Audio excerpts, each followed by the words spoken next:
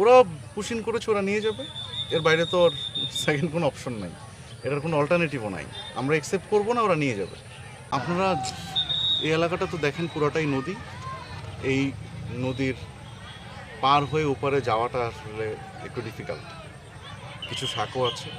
তো ওরা যে জায়গাটাতে এখন আছে তার পাশের ক্যাম্প থেকে বেসিক্যালি পুশিংটা করেছে, এবং তারা এই পাট ক্ষেতের ভিতর দিয়ে হাঁটতে হাঁটতে এসে এই নদী পার হওয়ার জন্য যখন এই সাঁকোর কাছে এসেছে তখনই আসলে বেসিক্যালি তাদেরকে আটকানো হয়েছে। এখন ভারতের অভ্যন্তরেই আছে, আমাদের জিরো লাইন অতিক্রম করে আর প্রবেশ করতে পারেনি। তারপরে এখন ওরা তো জেনেছেই, আমরাও জানিয়েছি, ফ্ল্যাগ মিটিংয়ের জন্য ওদেরকে ইনভাইট করা হয়েছে, ওরা আসুক, তারপরে দেখা যাবে যে আপডেট কী হয়। ওরা পুশিং করেছে, ওরা নিয়ে যাবে। এর বাইরে তো আর সেকেন্ড কোনো অপশন নাই, এটার কোনো অল্টারনেটিভও নাই। আমরা অ্যাকসেপ্ট করবো না, ওরা নিয়ে যাবে।